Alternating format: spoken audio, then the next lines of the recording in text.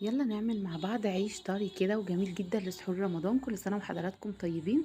طريقته سهلة، هاتي بقى الدقيق وبسرعة كده عجيني أحلى عيش هنشوفوه دلوقتي مع بعض. طعمه جميل جدا للسحور. أول حاجة معايا كيلو كده من الدقيق، ببتدي إن أنا أنخل الدقيق. جبت المصفى بتاعتي وجبت الطبق وابتديت إن أنا أنخل الدقيق بالشكل ده. نخلت كيلو الدقيق،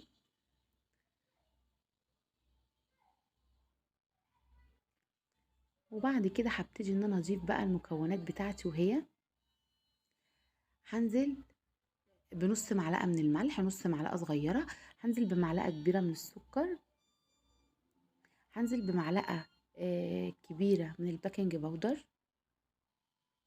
نزلت بكيس خميرة كده الأول، وبعد كده هنزل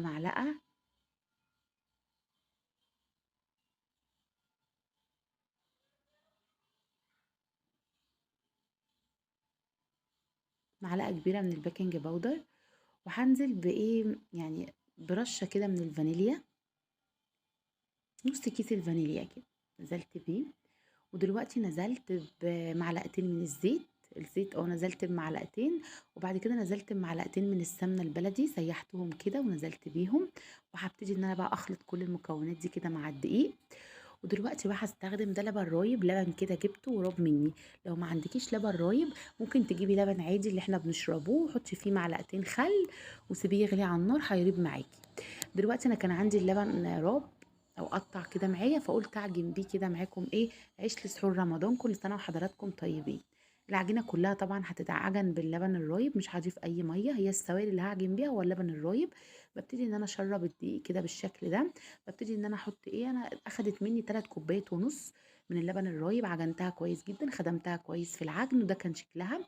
غطيتها في فوطه وسبتها لمده ساعه. بصي اختمرت وبقت قمر. اطلع بقى الهواء كده من العجينه. بجد عجينة في منتهى الجمال، فيها طراوة كده طرية، طعمها حلو قوي، ريحتها وهي اصلا قبل ما تتخبز عسل. ابتديت بقى ان انا اقطعها حتت صغيرة كده او كور او دواير صغيرة بالشكل ده.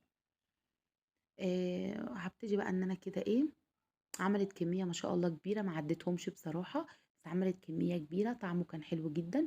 قطعته بالشكل ده كده، وهبتدي بقى ان انا افرده. حابة تعمليه مدور اعمليه، حابة تعمليه شكل مطول كده او طويل بالشكل ده اعمليه. عملته بالشكل ده كتغيير. وبعد كده بقى هرصه في الصاجات او في الصواني بتاعتي، وهدخله الفرن على اعلى درجة حرارة، على درجة حرارة الفرن. ما بياخدش وقت خالص. لو الوش ما احمرش معاكي هتولعي الشواية. طعمه في منتهى الجميل، طالع متساوي، هنشوف دلوقتي شكله. وبجد طعمه جميل، بيتفتح كده معايا، وطعمه حلو قوي، واخد تسكيرة واخد لون عسل. الريحة جميلة، تحسي ان انتي بتاكلي قرص فطير من جمال ريحته. بصي بقى بيتفتح معايا ازاي. ينفع برضو في سندوتشات المدارس للحضانة. بجد حلو قوي يا جماعة، طعمه خطير، لازم تعمليه. سهل وبسيط وسريع. متنسونيش بقى في اللايك. يلا بقى لايك وشير وسبسكرايب لسمر ابو العيلة.